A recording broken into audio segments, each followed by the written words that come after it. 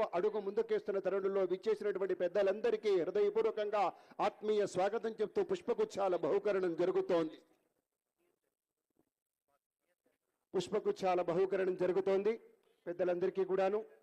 ఇప్పుడు తదుపరి ముఖ్యమంత్రి గారి సువర్ణ హస్తాల మీదుగా కరకమలాల మీదుగా దీపారాధన గావించే లాంఛనంగా ఈ ఉత్సవానికి ఈ కులవల తెలంగాణ కొత్త భవితకు చిరునామా అనేటువంటి శీర్షికతో జరుగుతున్నటువంటి కార్యక్రమంలో దీపం వెలిగించి మరింత ఆనందాన్ని త్రిగణీకృతమైనటువంటి తేజో సంపన్నదాయకమైనటువంటి విశేషంగా వారి సువర్ణ హస్తాల నుంచి సంఘర్షణకు ముగింపు చెబుతూ ఎన్నో సంవత్సరాల కృషికి అహర్నిశ శ్రమకు తల్లిదండ్రుల ఆశయాలకు ఇవాళ న్యాయం జరుగుతున్న నేపథ్యంలో ఉద్యోగం వచ్చిందంటే మిత్రులారా ఆత్మ గౌరవం ఆత్మవిశ్వాసం పెరిగినట్లే.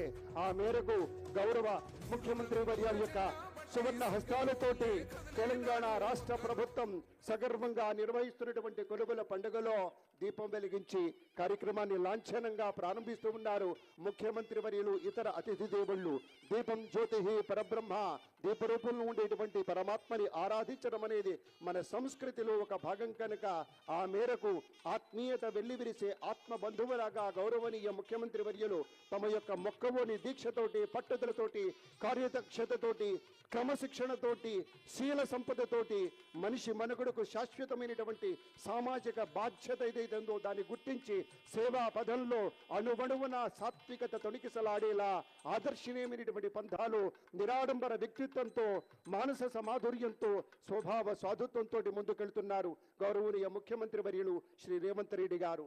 పెద్దలారా ధన్యవాదాలు అందరికీ కూడా. ఇప్పుడు రాష్ట్ర గీతం ఉంది కాబట్టి I request one and all to kindly rise for the రాష్ట్ర గీతం. అందరూ దయచేసి లేచి నిలబడండి.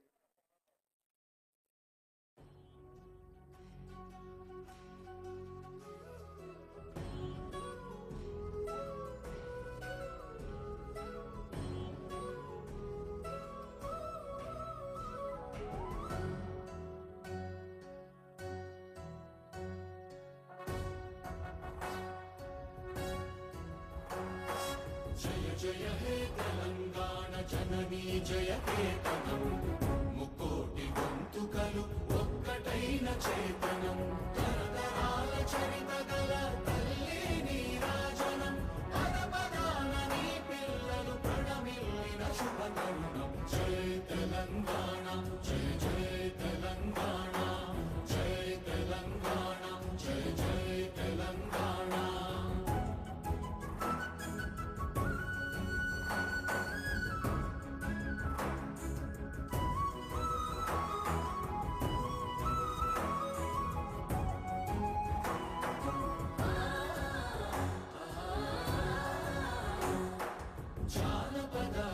జీవన చావళీలు చాలువాన కవి గాయక వైతాళిక కళల మంజీరాలు జాతిని జాగృత పరచే గీతాల జనజాతర అనునిత్యము నీ గానం అమ్మ నీవే మా ప్రాణం. జయ తెలంగాణ జయ జయ తెలంగాణ జయ తెలంగాణ జయ జయ తెలంగాణ.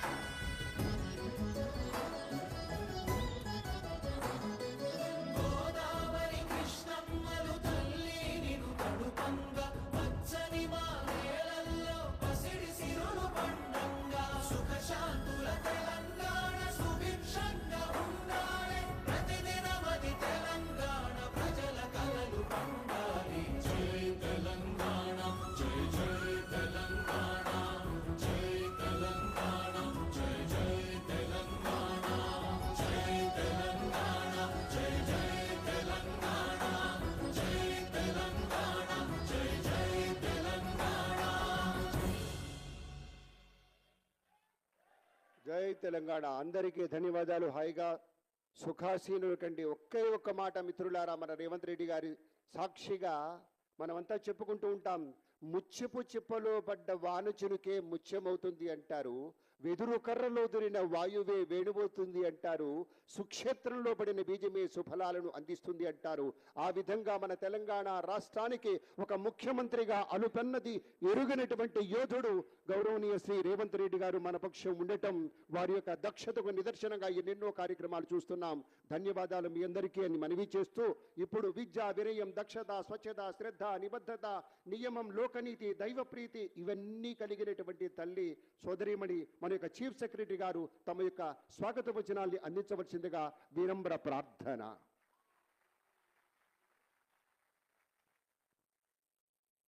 గౌరవనీయులు ముఖ్యమంత్రి వర్యులు శ్రీ రేవంత్ రెడ్డి గారు, గౌరవ మంత్రివర్యులు శ్రీ పొన్నం ప్రభాకర్ గారు, మేయర్ గారు, గౌరవ ప్రభుత్వ సలహాదారులు, శాసన మండలి మరియు శాసనసభ సభ్యులు, ప్రజాప్రతినిధులు, అన్ని జిల్లాల నుండి అపాయింట్మెంట్ ఆర్డర్స్ అందుకోవడానికి వచ్చిన న్యూ రిక్రూట్స్, తోటి అధికారులు, మీడియా మిత్రులు అందరికీ నా నమస్కారం, స్వాగతం, సుస్వాగతం. ఈరోజు ఎంతో శుభప్రదమైన రోజు. మన గౌరవ ముఖ్యమంత్రి వర్యుల చేతుల మీదుగా నియామక పత్రాలు అందుకోబోతున్న మీ అందరికీ మనస్ఫూర్తిగా శుభాకాంక్షలు. ఈరోజు 1292 మంది జూనియర్ లెక్చరర్స్కి, 240 మంది పాలిటెక్నిక్ లెక్చరర్స్కి, అంటే మొత్తం 1532 మందికి నియామక పత్రాలు ఇవ్వడం జరుగుతుంది. వీరిలో 561 మంది మహిళా అభ్యర్థులు, 971 మంది పురుషులు, 74 మంది దివ్యాంగులు ఉన్నారు. మీ అందరికీ తెలుసు, మన గౌరవ ముఖ్యమంత్రి గారు ప్రత్యేక శ్రద్ధతో, పట్టుదలతో న్యాయపరమైన చిక్కులన్నీ తొలగిస్తూ ఒక్కొక్క నియామక ప్రక్రియను పూర్తి చేసుకుంటున్నాం. ఈ రిక్రూట్మెంట్ అందుకు ఒక పెద్ద ఉదాహరణ. గత 12 సంవత్సరాల నుండి వివిధ సమస్యలతో కొట్టుమిట్టాడిన రిక్రూట్మెంట్ ప్రాసెస్ పుష్కర కాలం తర్వాత పరిష్కరించి ఈరోజు మీ అందరికీ కూడా అపాయింట్మెంట్ ఆర్డర్స్ ఇవ్వడం జరుగుతుంది. ఎంతో వెనుకబడిన ప్రాంతాల నుండి కూడా కొంతమంది అభ్యర్థులు ఈ కొలువుల పండుగలో భాగస్వాములయ్యారని చెప్పడానికి నేను చాలా సంతోషిస్తున్నాను. ఆసిఫాబాద్ నుండి రెబ్బెన గ్రామం, మహబూబాబాద్లోని బంజారాగూడెం నుండి, ములుగు జిల్లాలో చెరుపల్లి గ్రామం, ఆదిలాబాద్లో ఉట్నూరు నుండి విజయవంతంగా ఎంపిక అయిన వారు ఈరోజు ఈ సభలో ఉన్నారు. నూతన ప్రభుత్వం ఏర్పడిన నాటి నుండి నేటి వరకు 57,946 అపాయింట్మెంట్ ఆర్డర్స్ అందజేసి నిరుద్యోగ యువతీ యువకుల్లో గొప్ప స్థైర్యాన్ని ప్రభుత్వం నింపింది.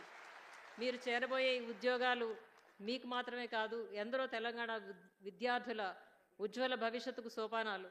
ప్రభుత్వ ఉద్యోగం సాధించి మీరు మీ కలలను సాకారం చేసుకున్నారు. అలాగే మీరు విద్యను అందించబోయే విద్యార్థుల కలలను కూడా సాకారం చేయడానికి మీ వంతు కృషి చేస్తారని నేను ఆశిస్తున్నాను. తరగతి గదిలో మీరు నేర్పే విద్యను అంకిత భావంతో ఒక తపస్సులాగా విద్యార్థులకు అందిస్తూ తెలంగాణ రాష్ట్ర మరియు భారతదేశ భవిష్యత్తుకు దిక్సూచులుగా మీరందరూ నిలవాలని ఆకాంక్షిస్తూ మీ అందరికీ మరొకసారి శుభాకాంక్షలు, ధన్యవాదాలు. జై హింద్. ధన్యవాదాలు మేడం. సామాజిక చైతన్యం నిలువుగా ఆవాహనం చేసుకుని ఆత్మవిశ్వాసం పెట్టుబడిగా పెట్టి అమాత్య శిఖరులుగా తమ యొక్క విశేషమైనటువంటి కర్తవ్య బాధ్యతలు నిర్వహిస్తున్న గౌరవనీయ మంత్రివర్యులు శ్రీ పొన్నం ప్రభాకర్ సార్ని మాట్లాడవలసిందిగా వినమ్రపూర్వకంగా వేడుకుంటున్నాము.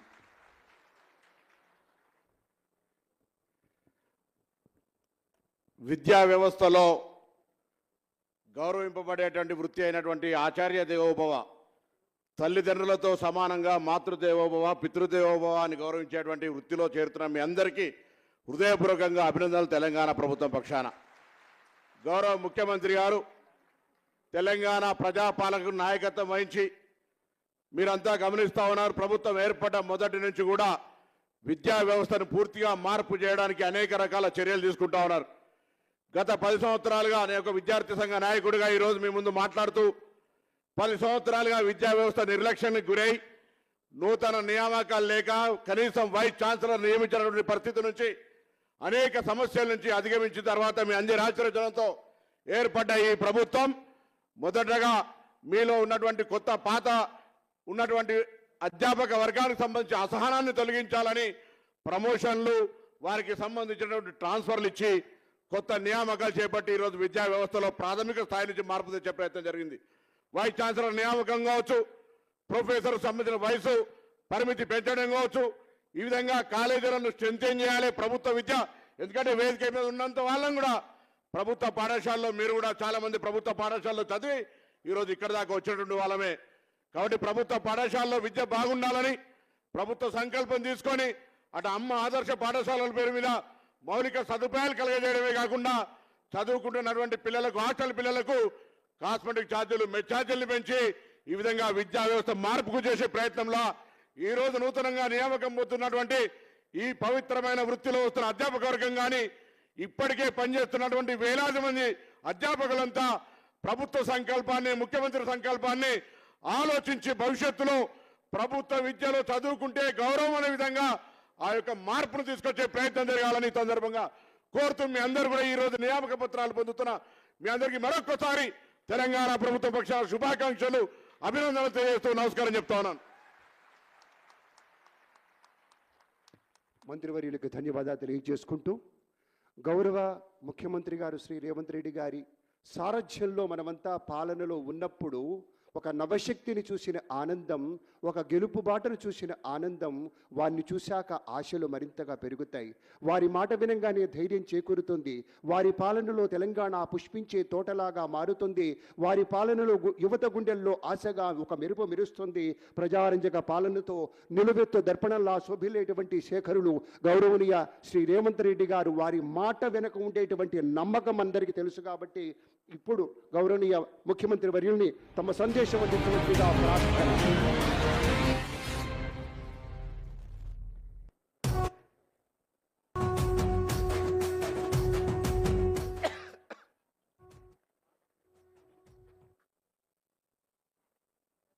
తెలంగాణ రాష్ట్ర ప్రభుత్వం విద్యాశాఖ సాంకేతిక శాఖకు సంబంధించి ప్రభుత్వ జూనియర్ కళాశాల లెక్చరర్సు అదేవిధంగా పాలిటెక్నిక్ లెక్చరర్స్ నియామకాల కార్యక్రమాన్ని రవీంద్ర భారతిలో ఏర్పాటు చేసి సహచార మంత్రివర్గ సభ్యులు మిత్రులు పొన్నం ప్రభాకర్ గారు, తెలంగాణ రాష్ట్ర ప్రభుత్వ ప్రత్యేక సలహాదారులు పెద్దలు కేశవరావు గారు, హైదరాబాద్ నగర మేయర్ గద్వాల విజయలక్ష్మి గారు, శాసనమండలి సభ్యులు బల్మూర్ వెంకట్ గారు, ఎంఐఎం శాసనమండలి సభ్యులు శాసనసభ్యులు శ్రీహరి గారు, చీఫ్ సెక్రటరీ గారు, ఉన్నత విద్యాశాఖ అధికారులు, ఈరోజు నూతనంగా ప్రభుత్వ ఉద్యోగాలలో ఇది ఉద్యోగం కాదు, ఇది ఒక భావోద్వేగము. ఈ భావోద్వేగానికి గత 12 సంవత్సరాల నుంచి ఎక్కడ శాశ్వత పరిష్కారం దొరకగా ఆందోళనలో ఉన్న 1532 మంది ఈరోజు బాధ్యతలకు రాబోతున్న మీకు అందరికి కూడా మనస్ఫూర్తిగా అభినందనలు తెలియజేస్తాను.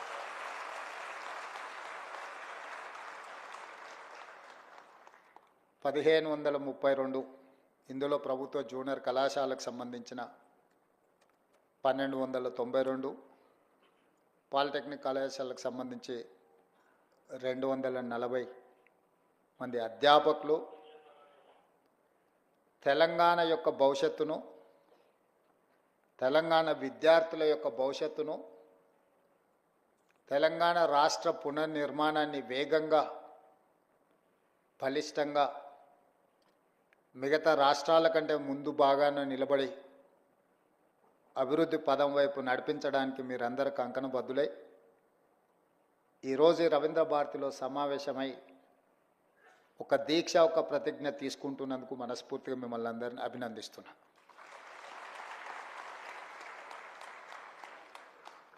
తెలంగాణ రాష్ట్ర నేపథ్యము, తెలంగాణ రాష్ట్ర ఉద్యమం యొక్క నైసర్గిక స్వరూపము, తెలంగాణ ప్రజల యొక్క ఆకాంక్ష నిరుద్యోగ సమస్య. ఈ నిరుద్యోగ సమస్యనే తెలంగాణ ఉద్యమాన్ని ఉవ్వెత్తున ఆకాశమంత ఎత్తుకు ఉద్యమాన్ని తీసుకెళ్ళి ప్రత్యేక తెలంగాణ రాష్ట్రాన్ని సాధించిన దాంట్లో మీరందరూ ముందు బాగాన నిలబడి క్రియాశీలకంగా తెలంగాణ రాష్ట్రాన్ని సాధించారు. వచ్చిన తెలంగాణ రాష్ట్రంలో ఆనాటి ప్రభుత్వం మొట్టమొదటి ప్రాధాన్య కింద ప్రభుత్వ ఉద్యోగాల ఖాళీలను భర్తీ చేయడం ద్వారా ఏ భావోద్వేగంతో తెలంగాణ ఉద్యమంలో మీరు భాగస్వాములైనరో పరిష్కారం చూపిస్తారని మీరు, తెలంగాణ సమాజము, 4 కోట్ల తెలంగాణ ప్రజలందరూ భావించారు. కానీ ఆనాటి ప్రభుత్వానికి ఉద్యమం పట్ల గౌరవం లేకనో, నిరుద్యోగుల పట్ల చిత్తశుద్ధి ప్రదర్శించకపోవడం వల్లనో ఈ సమస్యకు పరిష్కారం దొరకలేదు. ఎన్నికల కంటే ముందు తెలంగాణ రాష్ట్రంలో సమ్మక్క సారలమ్మ ఆశీర్వాదం తీసుకొని పాదయాత్ర మొదలుపెట్టినప్పుడు విద్యార్థి నిరుద్యోగ యువకులకు నేను ఒక పిలిపించిన, ఇక మీరు ఉద్యోగాలు అడగకండి, మీ ద్వారా ఉద్యోగాలు సాధించుకొని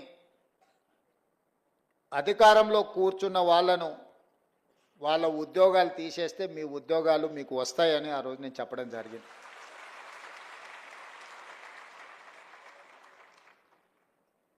మీరు ఆత్మవిశ్వాసంతో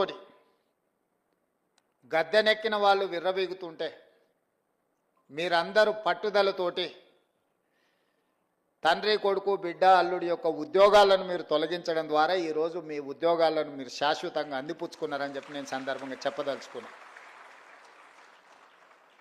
ఈ ప్రభుత్వ ఏర్పాటులో మీ కృషి ఉన్నది, ఈ ప్రభుత్వ ఏర్పాటులో మీ పట్టుదల ఉన్నది.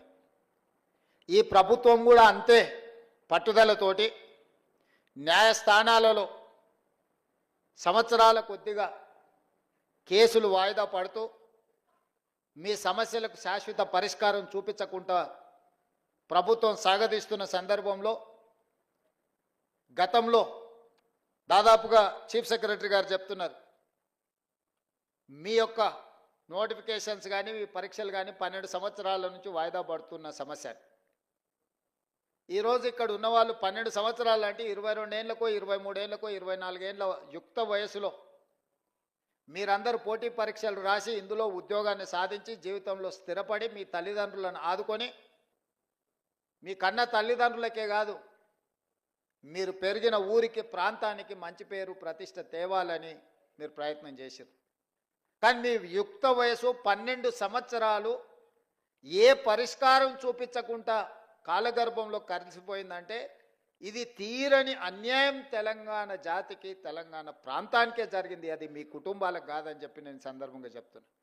23, 24 ఏళ్ళ వయసులో ప్రభుత్వ ఉద్యోగాలకు రావాల్సిన మీరు 35, 36 ఏళ్ళ వయసులో వచ్చిరంటే 12 సంవత్సరాలు వృధాగా మీ కాలగర్భంలో కలిసిపోయింది అని అంటే ఒక మనిషి జీవితంలో ఎంత కోల్పోయినట్టో మీ ఉదాహరణనే తెలంగాణ సమాజం అర్థం చేసుకోవాలి. అందుకే బాధ్యత తీసుకున్న మరుక్షణం నుంచి ఇచ్చిన నోటిఫికేషన్లను, రాసిన పరీక్షలను, ప్రశ్నాపత్రాలను సంతలో సరుకులాగా అమ్ముతుంటే తెలంగాణ పబ్లిక్ సర్వీస్ కమిషన్ నుంచి వివిధ శాఖల యొక్క నియామకాలకు సంబంధించి ప్రత్యేకమైన సమీక్ష చేసి అధికారులను సమన్వయం చేసుకుంటూ న్యాయస్థానంలో ఉన్న చిక్కుముళ్లను విప్పుకుంటూ ఒక్కొక్క శాఖ నుంచి ప్రజలే సాక్షిగా ఏ ఎల్బీ స్టేడియంలో మేము బాధ్యత చేపట్టినమో, ఏ ఎల్బీ స్టేడియంలో మీరందరూ ఆశీర్వదించి మాకు ఒక ఉద్యోగ అవకాశాన్ని, ఉద్యోగ భద్రత కల్పించారో అదే ఎల్బీ స్టేడియంలో మా చీఫ్ సెక్రటరీ గారు వాళ్ళు అందించే వివరాల ప్రకారం దాదాపుగా 57,946 ఉద్యోగ నియామకాలు చేపట్టినమని గర్వంగా మీ ముందు నిలబడి నేను చెబుతున్నా. ఈరోజు మీరు అందరూ చదువుకున్న వాళ్ళు, లెక్చరర్స్ కాదు, పాలిటెక్నిక్ కావచ్చు, లేకపోతే జూనియర్ కాలేజ్ కావచ్చు, దేశ చరిత్రలోనే ఏ రాష్ట్రంలో అయినా మొదటి సంవత్సరంలో 57,946 ప్రభుత్వ ఉద్యోగ ఖాళీల నియామకం చేపట్టిన రాష్ట్రం ఏదైనా ఉన్నదా?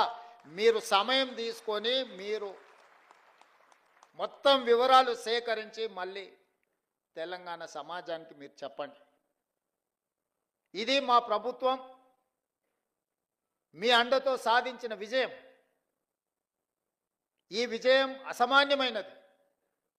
ఎందుకంటే ఇన్ని ఉద్యోగ నియామకాలను ఇవ్వడం ద్వారా తెలంగాణ ఉద్యమానికి పునాదులుగా ఉపయోగపడ్డ నిరుద్యోగ యువకుల యొక్క సమస్యను శాశ్వతంగా పరిష్కరించి ప్రభుత్వ ఉద్యోగ నియామకాలు అందించిన నాకు చాలా ఆత్మ సంతృప్తినిచ్చిన సందర్భం.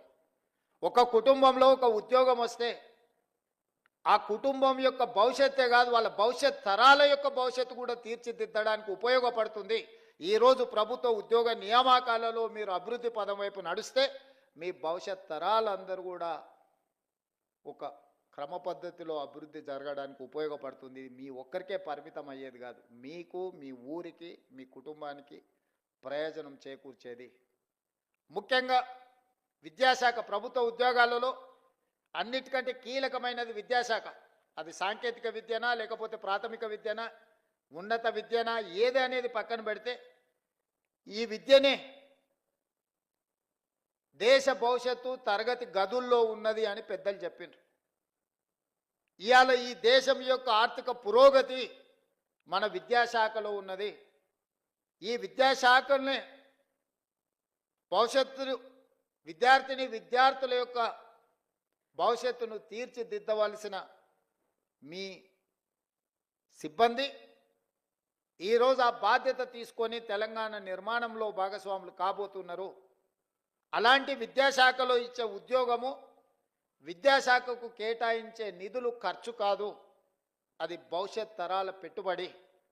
అందుకే తెలంగాణ రాష్ట్రంలో మొట్టమొదటిసారి 21,650 కోట్ల రూపాయలు విద్యాశాఖకు కేటాయించి విద్యకు మా ప్రభుత్వంలో ప్రాధాన్యత ఉన్నదని చెప్పి మేము ప్రయత్నం చేసినాం.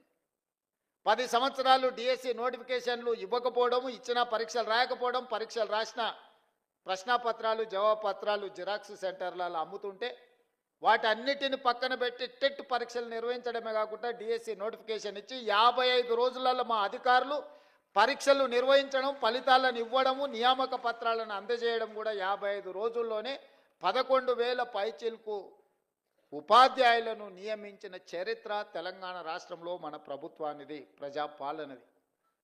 అదేవిధంగా 15-20 సంవత్సరాలు టీచర్ల ప్రమోషన్లు రాలే, 10 సంవత్సరాలు బదిలీలు జరగలే. దాదాపుగా 22,000 మంది టీచర్ల యొక్క ప్రమోషన్లు ఇవ్వడమే కాకుండా 36,000 మంది టీచర్ల యొక్క బదిలీలు చేసి విద్యా శాఖను ప్రక్షాళన చేసి ఈ ప్రభుత్వం మీకు అండగా నిలబడుతుంది అని చెప్పి మేము స్పష్టంగా ఆ నిర్ణయం తీసుకొని ముందుకు వచ్చినాం. అదేవిధంగా ఈరోజు తెలంగాణ రాష్ట్రంలో విద్యాశాఖ కొంత నిర్లక్ష్యానికి 10 సంవత్సరాలు గురవడం వల్ల దేశంలో ఉన్న రాష్ట్రాలలో అట్టడుగు నుంచి లెక్క పెడితే 2వ రాష్ట్రంగా 3వ రాష్ట్రంగా ఉన్నాం. మొదటి నుంచి లెక్క పెడితే 1, 2, 3లో ఉండాల్సిన తెలంగాణ రాష్ట్రం విద్యాశాఖలో చిట్ట చివరి నుంచి లెక్క పెడితే 2వ స్థానంలో 3వ స్థానంలో ఉండడం అనేది ఇది ఆందోళన కలిగించే విషయము. కేరళతో పాటు పోటీపడి రాణించవలసిన తెలంగాణ రాష్ట్రం విద్యాశాఖలో ఇంతగా ప్రమాణాలు పడిపోవడం ఇది ఆందోళనకరము, ఇది తెలంగాణ జాతికి అవమానకరం అని చెప్పి నేను ఈ సందర్భంగా చెప్పదలుచుకున్న మిత్రులారా.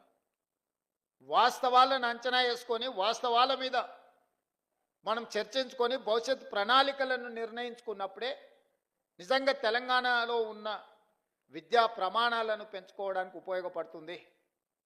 ఈరోజు మేము పోటీ పరీక్షలకు చదువుకున్నాం, పరీక్షల ఫలితాలు సాధించినాం, ఉద్యోగం వచ్చింది, మా బాధ్యత అయిపోయింది అని ఎవరైనా అనుకుంటే అది తెలంగాణకు న్యాయం చెయ్యదు, న్యాయం జరగదు. ఈ రోజు నుంచి మీరు రెట్టించిన పట్టుదలతో ఈ రోజు నుంచే మీరు ఇది ఉద్యోగం కాదు, ఇది ఒక భావోద్వేగం, ఈ తెలంగాణ నిర్మాణంలో మేము భాగస్వాములమైనాం, ఇది ఒక గొప్ప అవకాశం మాకు వచ్చిందని మీరు నిర్ణయించుకొని ఈ భావోద్వేగానికి పునరంకితం అవ్వడం ద్వారా తెలంగాణకు మేలు జరుగుతుంది, తెలంగాణ యొక్క భవిష్యత్తు రూపురేఖలు మారబోతున్నాయని చెప్పి నేను మీకు అందరికీ చెప్పదలుచుకున్నాను. అదేవిధంగా ఈ సందర్భంగా 1-2 విషయాలు మీతో నేను చర్చించదలుచుకున్నాను. గవర్నమెంట్లో రెసిడెన్షియల్ నాన్ రెసిడెన్షియల్ స్కూల్స్ని అన్నిటిని లెక్కేస్తే 29,550 స్కూల్స్ ఉన్నాయి, రెసిడెన్షియల్ అండ్ నాన్ రెసిడెన్షియల్. ఈ 29,550 పాఠశాలలల్లో 25,48,449 మంది స్టూడెంట్స్ ఉన్నారు.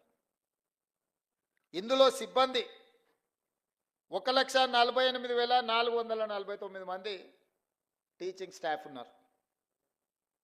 అదే ప్రైవేట్ స్కూల్స్లో 11,207 ఉన్నారు. ఆ పాఠశాలల్లో 36,87,753 మంది విద్యార్థులు ఉన్నారు.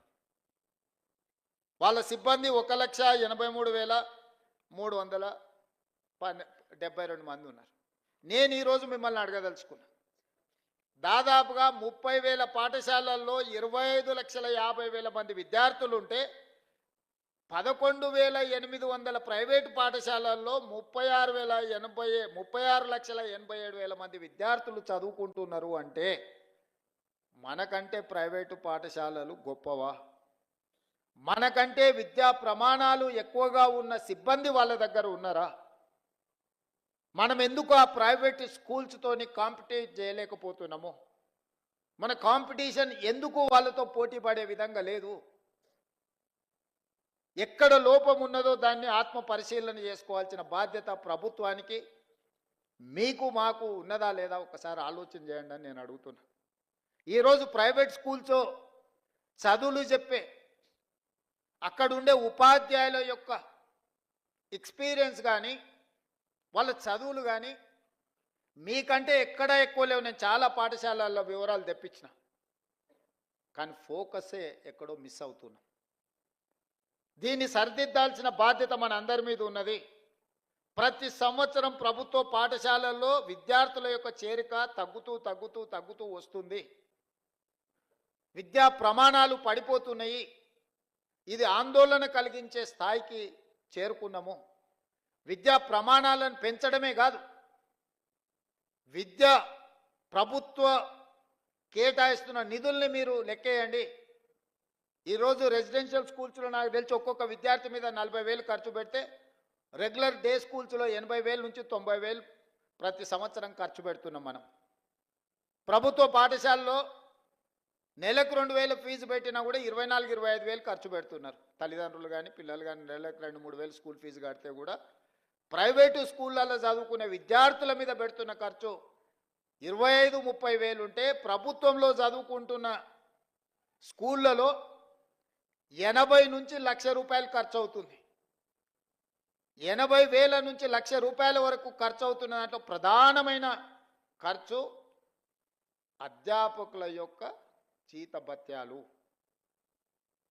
ఇంత ఖర్చు పెట్టి మనము ఇది ఖర్చు కాదు, ఇది భవిష్యత్తు పెట్టుబడి అని ప్రభుత్వం భావిస్తుంది. ఇట్లాంటి పెట్టుబడి పెట్టి మనం ఫలితాలు సాధించుకోకపోతే ఇది మన అందరం కూడా కలిసి కూర్చొని, నేను మీ అందరి మీద నెపం నెట్టదలుచుకోలే, ప్రభుత్వం వైపు నుంచి కూడా మీకు డైరెక్షన్ కావాలి. లీడర్ అనే వాళ్ళు లీడ్ చేసినప్పుడే మీరందరూ ఆ మార్గంలో నడుస్తారు. లీడరే డైరెక్షన్ లేసుకుంటే మీరు కూడా ఎక్కడికి వెళ్ళాలో మీకు గమ్యం తోయదు. డైరెక్షన్ లెస్ లీడర్గా నేను ఉండదలుచుకోలేదు. I wanted to lead my state. I wanted to develop my state. I wanted to improve my infrastructure. I wanted to take a better policy. Stanford, ఆక్స్ఫర్డ్లో చెప్పేటోళ్ళు ఏం గొప్పోళ్ళు కాదు. మన వాళ్ళే అక్కడికి వెళ్ళి అమెరికాలో మనోళ్ళు చదువులు చెప్తున్నారు. మన పిల్లలే అక్కడికి వెళ్ళి చదువుకుంటున్నారు. మీ దగ్గర నేర్చుకున్న వాళ్ళే చదువుకుంటున్నారు. మేమందరం కూడా గవర్నమెంట్ స్కూళ్ళలోనే చదువుకున్నా. తెలిసి కేశవరావు గారైనా, నేనైనా, పొన్నం ప్రభాకర్ గారైనా, నాకు తెలిసి శాంతకుమారి గారైనా, అప్పట్లో ప్రైవేట్ స్కూల్స్ కూడా లేకపోయిండొచ్చు, ఐఏఎస్లో అయినా చాలామంది కూడా గవర్నమెంట్ స్కూళ్ళలోనే చదువుకొని వచ్చిన. ఈరోజు ఈ రాష్ట్రాన్ని, దేశాన్ని నడిపించే శక్తి ప్రభుత్వ పాఠశాలల్లో చదువుకున్న మాకున్నప్పుడు రేపటి భవిష్యత్ తరాలకు మనం ఎందుకు ఆ కాన్ఫిడెన్స్ ఇవ్వలేకపోతున్నాం? ఎందుకు తల్లిదండ్రులు మన స్కూళ్ళకు రాలేకపోతున్నారు? ఎందుకు ఈ ప్రభుత్వాన్ని విశ్వసించడం లేదు? ఎందుకు ఈ ప్రభుత్వ పాఠశాలల్లో విద్యార్థులు చేరడం లేదు? ఈ మూలాలను మనం చర్చించుకోవాల్సిన అవసరం ఉంది. మూలాల మీద పరిశోధన చేసుకోవాల్సిన అవసరం ఉంది. పరిశోధన చేయడం ద్వారా వాటిని సరిదిద్దుకోవాల్సిన బాధ్యత మన అందరి మీద ఉన్నది. మనందరం కలిసికట్టుగా నడుం బిగిస్తే ఇదేం పెద్ద సమస్య కాదు. ఈరోజు young India integrated residential schools, గతంలో SC, ST, BC, minority residential schools ఇచ్చినామన్నారు. జీవోలు ఇచ్చిండ్రు, సంతోషం. అడ్మినిస్ట్రేటివ్ శాంక్షన్ ఇచ్చిండ్రు, సంతోషం. ఎక్కడైనా ఎస్సీ ఎస్టీ బీసీ మైనారిటీ స్కూల్స్కి ఎక్కడైనా బిల్డింగులు కట్టినరా? ఎక్కడైనా వాళ్ళకి ఏమన్నా కనీస మౌలిక వసతులు ఉన్నాయా? మూసేసిన పోల్ట్రీ ఫామ్లలోనో లేకపోతే 4 గదులు ఎక్కడైనా కొన్ని రాజకీయ పార్టీల లీడర్లు కట్టుకున్న దాంట్లో కిరాయికి పెట్టించి ఆ పిల్లల భవిష్యత్తునంతా సర్వనాశనం చేసిండ్రు. అందుకే ఈరోజు each and every assembly constituency మొన్ననే 58 యంగ్ ఇండియా ఇంటిగ్రేటెడ్ రెసిడెన్షియల్ స్కూల్స్కి దాదాపుగా 11,500 కోట్ల రూపాయలు. ఒక్కొక్క క్యాంపస్ 20 నుంచి 25 ఎకరాలల్లా 200 కోట్ల రూపాయలతోని 100 అసెంబ్లీ కాన్స్టిట్యున్సీలలో 100 యంగ్ ఇండియా ఇంటిగ్రేటెడ్ రెసిడెన్షియల్ స్కూల్స్ని మన ప్రభుత్వం నిర్ణయం తీసుకున్నది. రాబోయే 3 సంవత్సరాలలో 25 నుంచి 30,000 కోట్ల రూపాయలు ఇన్ఫ్రాస్ట్రక్చర్ క్రియేట్ చేసి ఒక అద్భుతమైన ఇన్ఫ్రాస్ట్రక్చర్ ఇవ్వడం ద్వారా విద్యా ప్రమాణాలను పెంచాలి అని ఈరోజు ప్రభుత్వం ప్రయత్నం చేస్తుంది. ఇవాళ ఇంజనీరింగ్ స్టూడెంట్స్ వెరీ అన్ఫార్చునేట్, ప్రతి సంవత్సరం 1,10,000 మంది ఇంజనీరింగ్ గ్రాడ్యుయేట్స్ తెలంగాణ రాష్ట్రం నుంచి పాస్ అవుతున్నారు. అందులో 10% కూడా ఉద్యోగాలు వస్తలేవు. దాదాపుగా 1,00,000 మంది ఇంజనీరింగ్ గ్రాడ్యుయేట్స్ ఉద్యోగాలు దొరకక ఊరికి వెళ్తే తల్లిదండ్రులకు భారం అవుతామని, నగరంలో చదువుకున్న చదువు కాబట్టి ఇతర ఉద్యోగాలు చేయలేక కుటుంబాలు క్షోభను అనుభవిస్తున్నాయి. చాలామంది నా దగ్గరకు వస్తారు, సార్ మా పిల్లవాడు ఇంజనీరింగ్ చదువుతున్నాడు, ఏదైనా ఉద్యోగం చూడు సార్, నువ్వు ముఖ్యమంత్రి కదా, నా కొడంగల్ నియోజకవర్గం నుంచి వస్తారు. ఏంద్రా అంటే నేను కంప్యూటర్ సైన్స్ చదువుకున్నా అంటాడు. దాంట్లో ఎవరి దగ్గర కన్నా ఉద్యోగానికి మావాడిని అంటే వాడు ఇంటర్వ్యూ పోతే బేసిక్స్ కూడా లేదు. ఇతర సాంప్రదాయకబద్ధమైన ఇంజనీరింగ్ చదవడం లేదు, సివిల్, మెకానికల్, ఎలక్ట్రికల్. ప్రతి వాళ్ళు కంప్యూటర్ సైన్స్ చదువుకోవాలి, అమెరికాకి వెళ్ళాలి, డాలర్లు సంపాదించాలి, కుటుంబాన్ని పోషించాలి అనే ఒక పట్టుదల లక్ష్యం బాగానే ఉంది. ఎంతమందికి కంప్యూటర్ సైన్స్లో ఉద్యోగాలు వస్తాయి? ఎంతమంది అమెరికాకు పోగలుగుతారు? ఎంతమంది నిజంగా అంత సాంకేతిక నైపుణ్యాన్ని సాధిస్తున్నారు?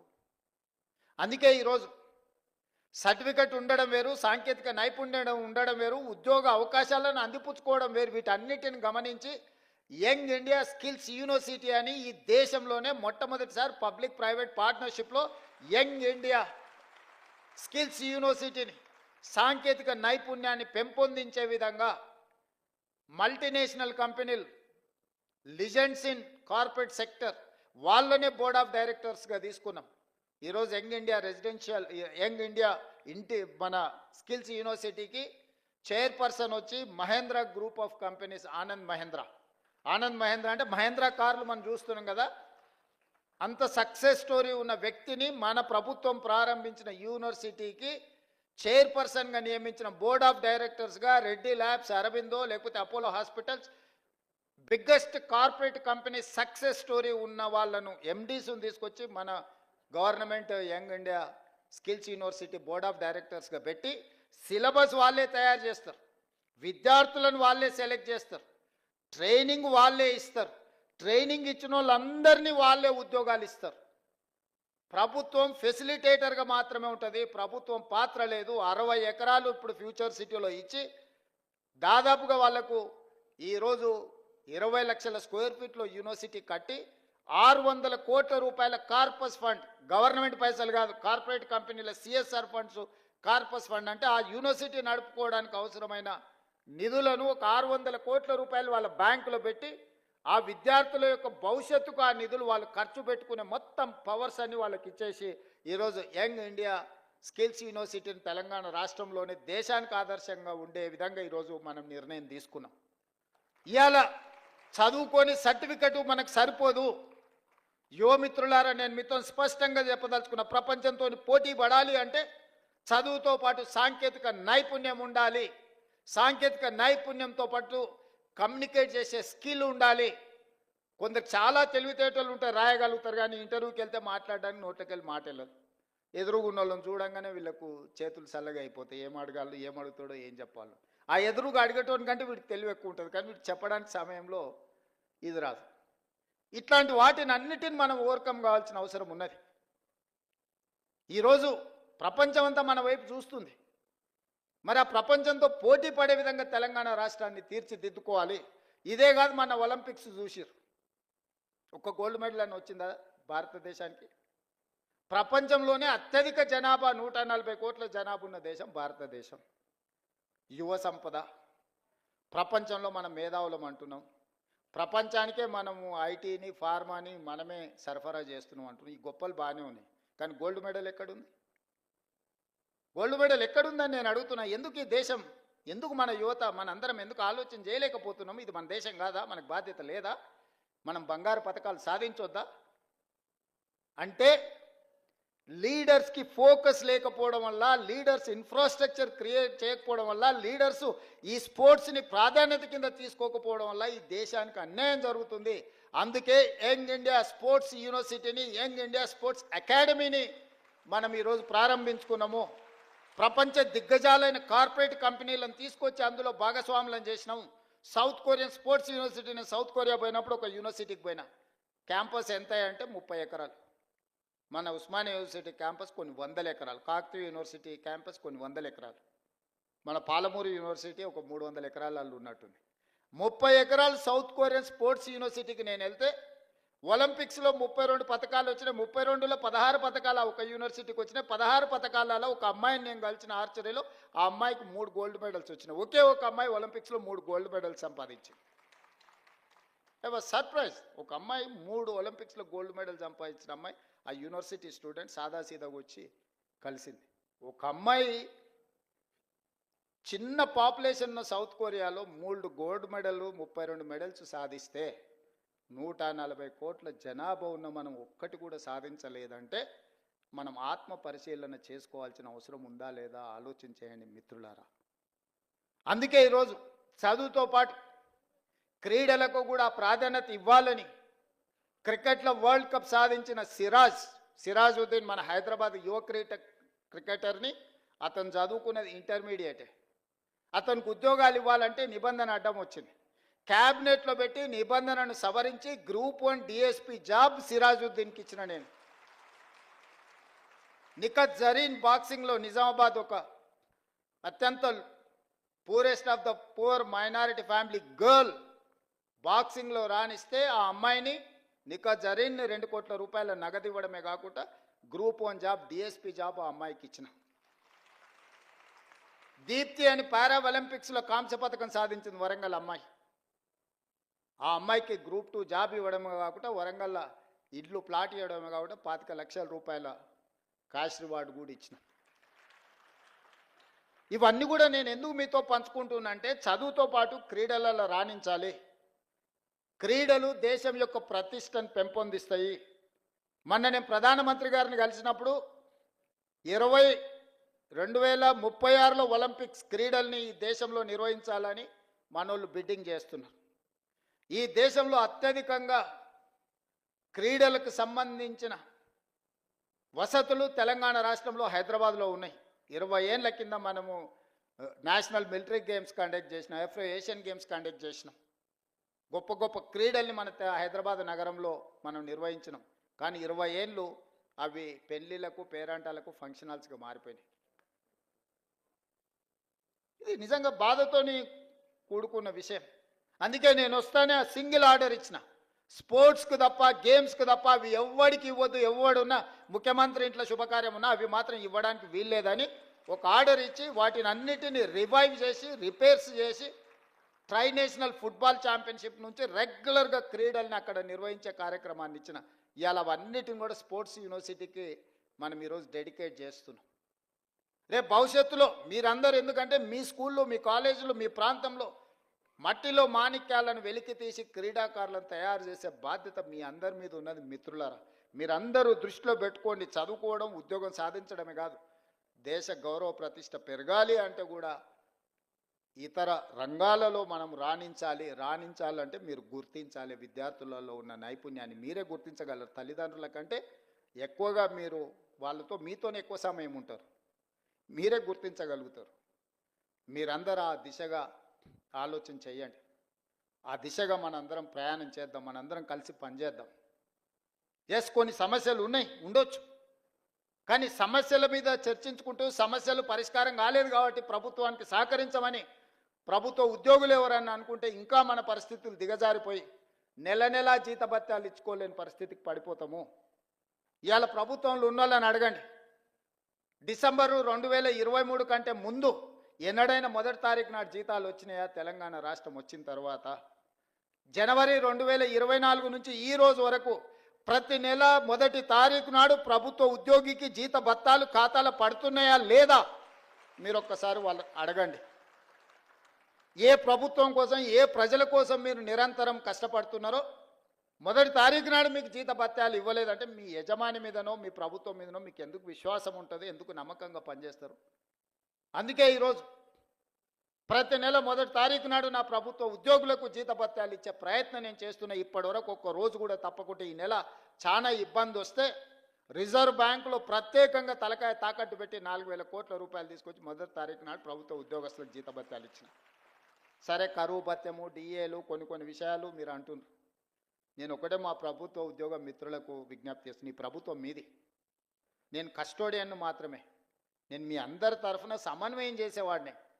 నాకంటూ ప్రత్యేకంగా కిరీటం ఏం లేదు. నాకేదో పెద్ద స్ట్రేచర్ ఉందని కొంతమంది మా స్ట్రేచర్ పెద్దదని. ఇంతకుముందే మా ఎమ్మెల్యేలు చెప్పేసిన స్ట్రేచర్ నేను స్ట్రెచర్ మీద కొండి, స్ట్రెచర్ మీద నుంచి మార్చరికి పోతాడు రేపు పొద్దుగాల. స్ట్రేచర్ అనేది పొజిషన్కి ఉంటుంది, ఇండివిజువల్కి ఉండదు. ఇండివిజువల్ పర్సన్కో ఇండివిజువల్ కాస్ట్కో స్ట్రేచర్ ఉండదు. ఎమ్మెల్యేకి స్ట్రేచర్ ఉంటుంది, ప్రభుత్వ ఉద్యోగికి స్ట్రేచర్ ఉంటుంది, ఎమ్మెల్యేకి స్ట్రేచర్ ఉంటుంది, ఎంపీకి స్ట్రేచర్ ఉంటుంది, ఎమ్మెల్సీకి స్ట్రేచర్ ఉంటుంది, మంత్రికి స్ట్రేచర్ ఉంటుంది, ముఖ్యమంత్రికి ఉంటుంది, గవర్నర్కి ఉంటుంది, ప్రధానమంత్రికి ఉంటుంది, రాష్ట్రపతికి ఉంటుంది. ఆ కుర్చీకి స్ట్రేచర్ ఉంటుంది. మీరు మాకు స్ట్రేచర్ ఉందని అనుకుంటే ఆ స్ట్రేచర్ ఉందని విర్రవీగితే స్ట్రెచర్ మీదకి పంపించరు. ఇట్లే చేస్తే ఆ తర్వాత మార్చరికి పోతారు. అది కూడా గుర్తుపెట్టుకోవాలి. అందుకే ఈరోజు మా ప్రభుత్వ ఉద్యోగ మిత్రులకు నేను విజ్ఞప్తి చేస్తున్నా. పైసా లెక్క మొత్తం మీకు అప్పచెప్తా. ఏది ఎట్లా వంచాలనో మీరే చెప్పురి. ఇక నా దగ్గర ఏం లేదు, అనా పైసా నా అన్ని జేబులలో తీసి మీ ముందర పెడతా, టేబుల్ మీద పెడతా. ఒక్క పైసా కూడా నా జేబులో పెట్టుకొని నా నెల జీతం కూడా మీకే ఇస్తా. ఎట్లా వంచుదామో చెప్పురి. సింపుల్ లెక్క చెప్తా నేను. ప్రతి నెల రాష్ట్ర ప్రభుత్వానికి 18,000 నుంచి 18,500 కోట్ల రూపాయల ఆదాయం ఉంది. ప్రతి నెల రాష్ట్ర ప్రభుత్వానికి 18,000 నుంచి 18,500 కోట్ల రూపాయల ఆదాయం ఉంది. ఓ నెల 200 ఎక్కువ, 200 తక్కువ. ఇది ప్రతి నెల ఆదాయం. 6,500 కోట్ల రూపాయలు ప్రభుత్వ ఉద్యోగస్తుల జీతభత్యాలు, పెన్షన్లు, అవుట్సోర్సింగ్, కాంట్రాక్ట్ ఏదన్నా అనుకోండి, మీకు ప్రతి నెల జీతభత్యాలు ఇవ్వడానికి 6,500 కోట్లు పోతున్నాయి.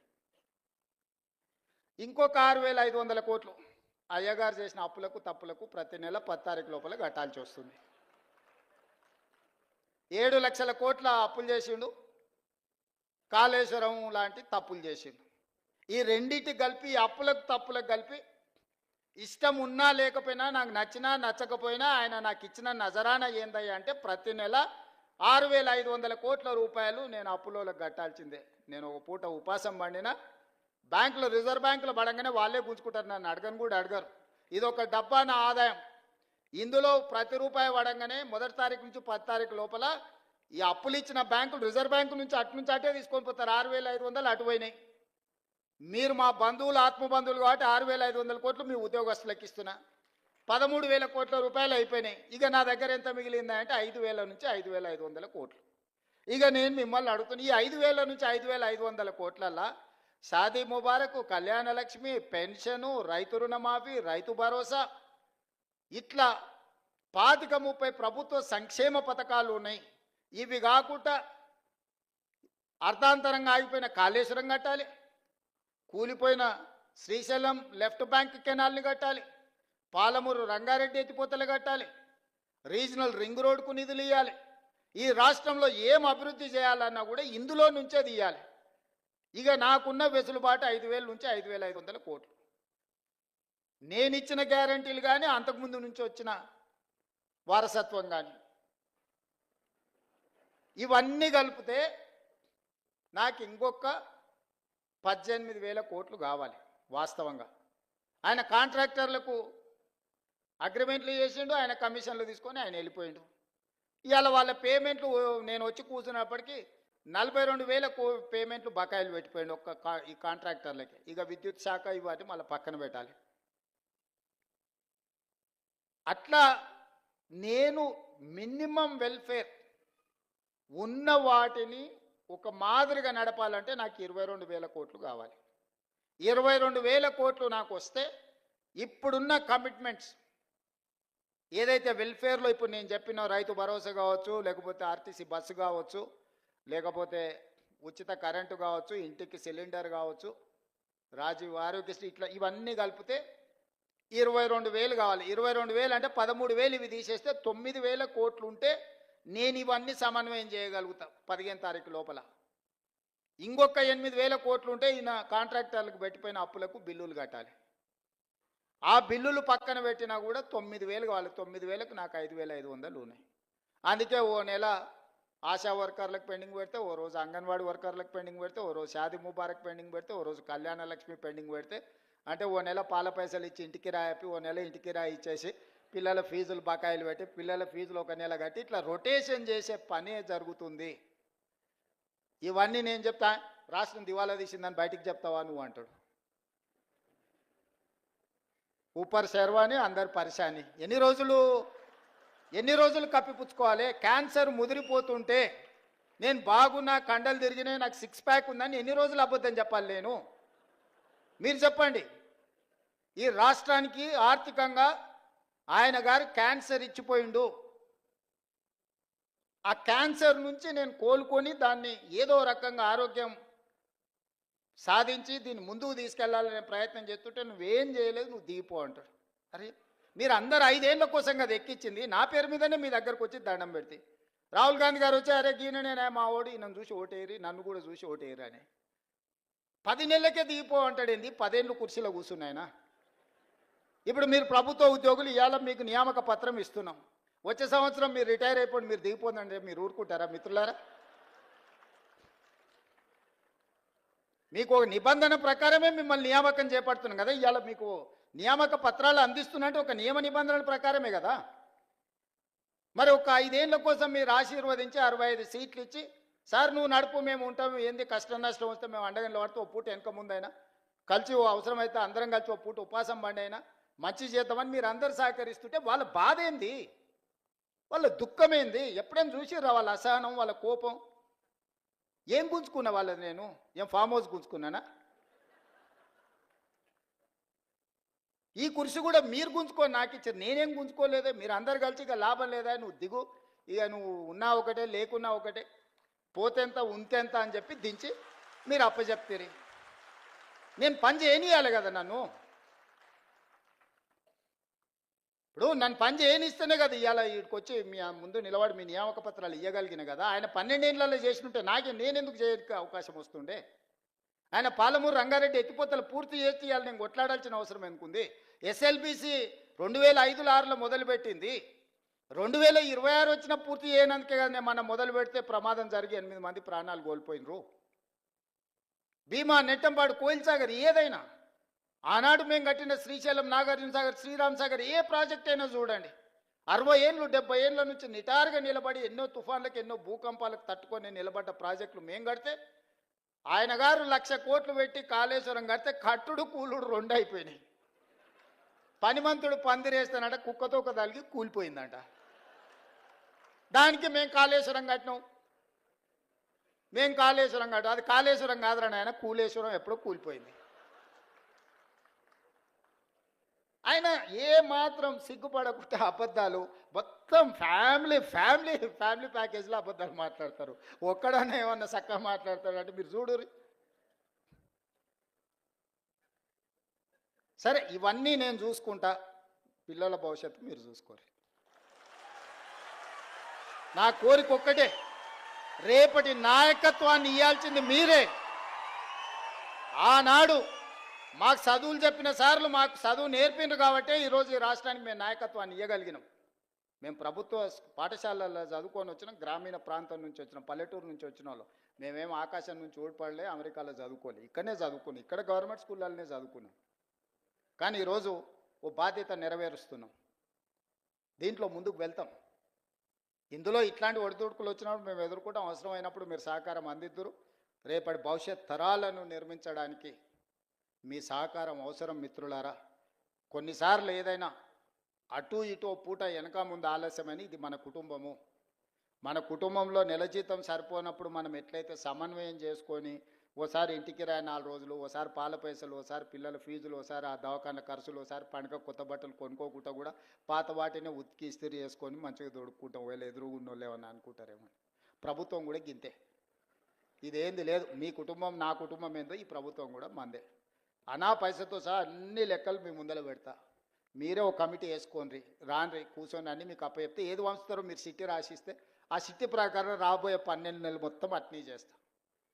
ఒక్క రూపాయి కూడా దాచిపెట్టను, ఒక్క రూపాయి కూడా నేను అబద్ధం చెప్పను. అబద్ధాలతోని తాతల ముత్తాతల పేర్ల మీద ఎవరి పిల్లలో చచ్చిపోతే ఇంత దూరం నేను రాలే. కష్టాన్ని నమ్ముకొని వచ్చినా ఉన్నది ఉన్నట్టు చెప్పి ఇంత దూరం వచ్చిన ఈరోజు ఇక్కడికి చేరుకున్నా అంటే కష్టము నిజం మాట్లాడడం ఈ రెండే మీరు ఆశీర్వదించి ఇక్కడికి ఇచ్చారు. ఇక్కడికి వచ్చిన తర్వాత అబద్ధాల ప్రాతిపదికన రాష్ట్రాన్ని నడపదలుచుకోలేదు మిత్రులారా. కష్టమైన నష్టమైన మీకు చెప్పి మీకు వివరించి మీ అనుమతి తీసుకొని ఏం చేయమంటే అది నేను చేస్తా. నాకేం చేసేది ఉంది? ఒక్క రూపాయి కూడా ఇంటికి తీసుకెళ్ళాను. నేను చెప్తున్నా, ఏంది లేదు, ఒక బిడ్డ ఉన్నది, పెళ్ళైంది, వాళ్ళు మంచిగా ఉన్నారు, నాకు వయసు ఉంది, కాళ్ళు చేతులు బాగున్నాయి, ఓపిక ఉంది. 20 ఏళ్ళు ఈ తెలంగాణ సమాజ నిర్మాణం కోసం నేను పనిచేస్తా. మీరు అందగా నిలబడుండ్రి. వచ్చినోళ్ళే కాదు ఉన్నోళ్ళకు కూడా చెప్పుండ్రి, ఇది మన ప్రభుత్వం, దీన్ని రక్షించుకోవాల్సిన బాధ్యత మన మీద ఉంది. మిమ్మల్ని ఎమోషనల్గా డ్రైవ్ చేసి నిన్న మన సర్పంచ్లను కొంతమంది ధర్నా అన్నారు, మా బిల్లులు రాలేదన్నారు. ఎప్పటివే ఆయన అడిగిన 3 ఏళ్ళ కింది సార్ అన్నారు. 3 ఏళ్ళ కింది వాడు ఉండేనే, వాళ్ళ గురువు గారే ఉండే కదా. వాళ్ళ గురువు గారు నిండా ముంచిపోతే నేను ఒకటొకటి కట్టుకుంటూ వస్తున్నా. సర్పంచ్లకు బిల్లులు ఇవ్వాలి కదా ఆయన అంటాడు. తాటి చెట్టు లెక్క పెరిగింది కానీ అవగించంత అవగాహన కూడా లేదు. ఆయననే కదా ఆర్థిక మంత్రి ఉన్నది, ఆయన ఇస్తా అంటే నేను వద్దన్నానా? అంటే ఇట్లాంటివి సమయానుకూలంగా ప్రజలు మర్చిపోతారు అనుకొని మనల్ని భ్రమలలో పెట్టి ఏదైతే చేయాలనుకుంటుందో అది కుదరదు, అది అట్లా మంచిది కాదు. జాగ్రత్తగా మన అందరం కలిసి ముందుకు వెళ్దాం, ఈ రాష్ట్రాన్ని కాపాడుకుందాం, ఈ రాష్ట్రాన్ని దేశానికి ఆదర్శంగా తీర్చిదిద్దుదామని తెలియజేస్తూ మీ అందరి దగ్గర సెలవు తీసుకుంటున్నా. ధన్యవాదాలు మిత్రులారా. తెరిచిన పుస్తకం మన రేవంత్ రెడ్డి గారు. ఒక తెలంగాణ తేజంగా, ఒక ముఖ్యమంత్రిగా కొల్లా నిజానిజాలని నిక్కచ్చిగా లెక్కలతో తేల్చి చెప్పినటువంటి మహనీయమూర్తి రేవంత్ రెడ్డి గారు. వారి యొక్క నాయకత్వం నిరంతరం కొనసాగాలని ఒక్కసారి గట్టిగా మీ కరతాళ ధ్వనులు. రేవంత్ రెడ్డి అనే నాయకత్వం నిరంతరం కొనసాగాలి. యావత్ తెలంగాణ మేము గౌరవంగా స్మరించాలని భావన చేస్తూ ఇప్పుడు ఉద్యోగాలు నియామక పత్రాల బహుకరణ ఉంటుంది. మొట్టమొదట పాలిటెక్నిక్ కాలేజీ లెక్చరర్స్ లిస్టు మనవి చేస్తాను. జె హారిక గారు మొట్టమొదట నియామక పత్రాన్ని ముఖ్యమంత్రి గారి నుంచి స్వీకరిస్తూ ఉన్నారు. J Harika garu civil branch లో junior lecturer. Next Amatul Mohameen ఫార్మసీలో జూనియర్ లెక్చరర్, నల్గొండ జిల్లా అభివృద్ధి మైనారిటీ విభాగం బీసీఈ గ్రూప్. రెండమ్మ తీసుకున్న వాళ్ళు లైట్ వచ్చాయి రైట్ సైడ్ కి. బి దేవిశ్రీ గారు ఈసీఈ జూనియర్ లెక్చరర్, నల్గొండ జిల్లా వాసి, ఎస్సీ విభాగం. దేవిశ్రీ గారు సర్టిఫికెట్ అందుకుంటున్నారు. ఈ సాయి కిరణ్ మెకానికల్ విభాగంలో జూనియర్ లెక్చరర్, పెద్దపల్లి వారు, బీసీబీ విభాగం కేటగిరీ వీరది. సాయి కిరణ్ గారు. K Shweta physics junior lecturer in polytechnic college Mahabubnagar. Alekhya metallurgy department Asifabad వారు, ఎస్సీ విభాగం వీరిది, జూనియర్ లెక్చరర్ గా సర్టిఫికెట్. గట్టిగా కరతాళాలు ఉండాలి. ఇక ఇంటర్మీడియట్ బోర్డు విభాగం వారు జి సుమన్. అలేఖ్య గారు ఇప్పుడు తీసుకుంటున్నారు. జి సుమన్ ఫిజికల్లీ ఛాలెంజ్డ్ మిత్రుడు రేవంత్ రెడ్డి సువర్ణ హస్తాలతోటి జూనియర్ లెక్చరర్ గా నిజామాబాద్ వాసి, ఇంగ్లీష్ లెక్చరర్ గా జాయిన్ అవుతున్నారు. Doctor G Linganayak Sanskrit lecturer Khammam జిల్లా. Doctor Linganayak maths junior lecturer G Rajasekhar, Narayanpet జిల్లా వాసి జి రాజశేఖర్. తర్వాత A Venu garu, junior lecturer in chemistry, Hanumakonda వాసి A Venu garu. P Fouzia, mathematics junior lecturer, Nagar Kurnool జిల్లా వాసి Fouzia ma'am. Then Pravallika, government junior college, వీరు కరీంనగర్ వాసి, హిందీలో జూనియర్ లెక్చరర్ గా జాయిన్ అవుతున్నారు, హిందీ బోధనలో. తర్వాత బోటనీ బోధనకు జూనియర్ లెక్చరర్ గా కేపీ రత్నకుమారి గారు. తర్వాత చిత్రితాదేవి, ఎం చిత్రితాదేవి, రంగారెడ్డి జిల్లా వాసి, హిందీ అధ్యాపకులుగా ఉద్యోగంలో చేరబోతున్నటువంటి తల్లి చిత్రితాదేవి.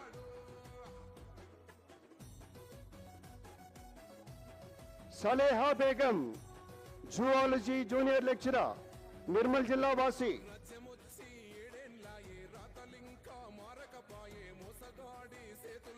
Then Sarvat Sara, physics junior lecturer, Mahabub Nagar జిల్లా వాసి.